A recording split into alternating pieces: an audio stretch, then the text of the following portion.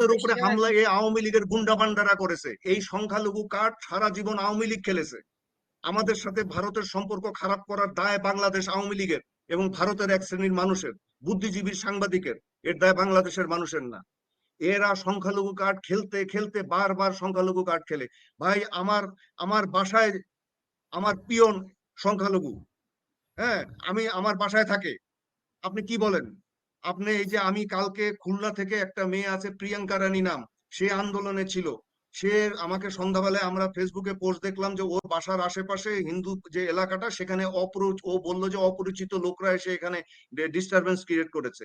আমি ওখানে একটা জায়গায় একটা সাংবাদিককে ফোন করার পরে ওরা সব ওর বাসায় ছুটে গেছে, ওর আশেপাশে গিয়ে ওরা ওদের ওই দেখে ওগুলো নাই, ওরা কেউ চেনে না।